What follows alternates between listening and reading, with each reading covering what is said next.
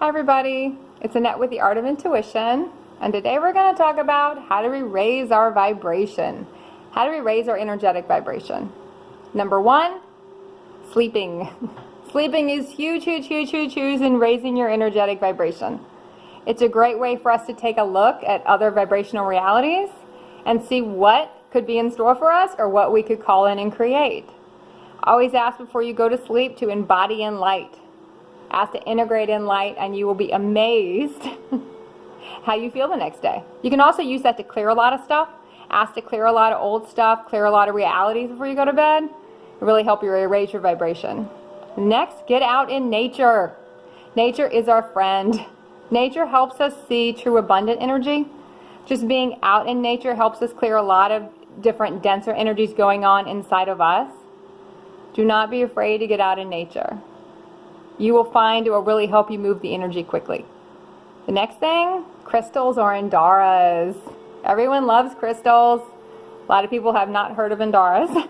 When I say Andaras, they look at me a little weird, like, Andaras? What's an Andara? I'm actually wearing an Andara. I bought a couple to show. It's a beautiful blue Andara.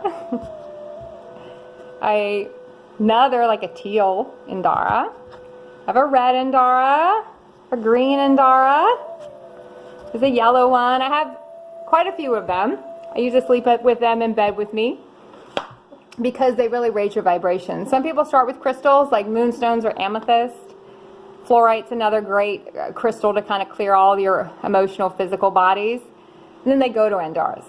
Andaras don't need to be cleansed. They are higher vibrational than crystals. So try them. I have a link to that on the site too of some people who sell them. They're really amazing, and I think once you do Andaras, you really amp up your game. Don't be afraid to put them in bed with you. Next thing you can put in bed with you. Flood your body with consciousness. A lot of books. I also have a link on the site for a lot of books you can try. See what resonates with you. If you don't, oh, Annette, I don't have time to read. I don't have time to read books. Throw them in bed with you. You can absorb a lot of the knowledge when you sleep. And then when you do get around to reading them, you'll find they go a little bit easier. They're not as complicated because some of these books can feel a little heavy, but they're still activating you in a lot of ways. They're still stimulating your consciousness in a lot of ways. So flood your consciousness.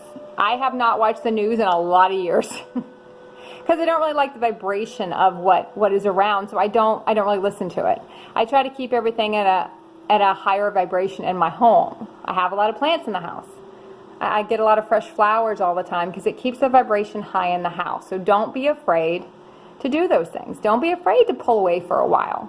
Sometimes we need a lot of alone time when we're doing this journey. We need to get people out of our field because when a lot of people are in our field, we really can't focus on ourselves, and their vibrational frequency can kind of mush with ours, and we have a harder time raising our vibration.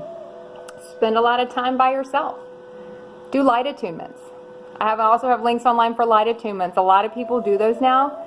They speak directly to your cellular level. They speak to the deepest parts of you. They'll help you clear a lot of stuff. Coloring mandalas, sacred geometry. I did that a few years ago. Now I kind of draw my own, but there was a time when I did a lot of mandala coloring. Energy attunements is another great way to go. A lot of people do Reiki. It's kind of the more known one, but it's a great way to put a lot of higher vibrational energy in the body and clear out a lot of denser energy quickly. A lot of lower programs quickly can clear out when you do a lot of energy attunement. So that's a good way to kind of leap start your vibrational frequency. Okay, so now it's going to get real. Oh, before I forget, also don't forget to eat as much clean water and really watch the chemicals in the food you're eating. That's going to help too. A lot of people will even go to like no aluminum deodorant. There's a lot of little things we can do that will help your vibration. Oh, babies, that's another one. Sometimes I like to grab the little baby next door. He's 19 months when I'm feeling a little like I need to shift my mood because he really kind of takes me to a higher conscious level immediately. So if you have access to children, they can really help raise your vibration and quickly.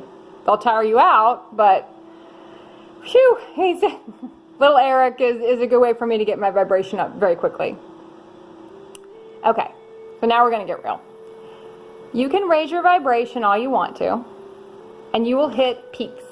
You'll do these things, flood your consciousness, hit a peak, go outside, hit a peak. How do you embody it and stay there so you call in different realities? That is the crust of the conversation.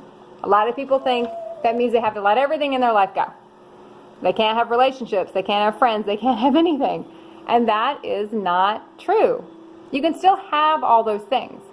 You might have those things with the people in your life now. You might have those things with different people. Doesn't mean you cannot have them. So keep that in mind. Look at where you're compromising. Where are you putting up with things that do not make you happy? If you have a but to anything in your life when you talk about it, you're compromising. You're playing a lack program. You're playing in lack energy. Oh, we have a really great relationship, but. Oh, I really like the house, but. Oh, my job's okay, but. If there's a but in there, you're compromising. You're afraid to move on, and you're afraid there's nothing else out there after that. We cannot move to these higher vibration realities if we don't let go of what is not of that vibration.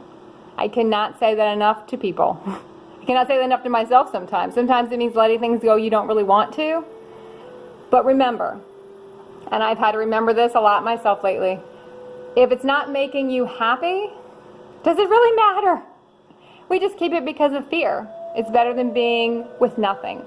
So keep that in mind when you start raising your vibration, because the more you do these tools, and you'll probably find your own tools that raise your vibration and open your heart up. The more you do this stuff, a lot of things just don't fit anymore. And you're forced, not really forced, but kind of, but not really. You will feel pressed, is probably the word. You will feel very pressed to make a choice. And you know, intuitively, you're going to know, it'll be like a glaring spotlight on things that are not going to fit in your new vibration. You'll just know. Okay, everybody. I wish everyone the highest vibrational realities, and keep practicing the art of intuition.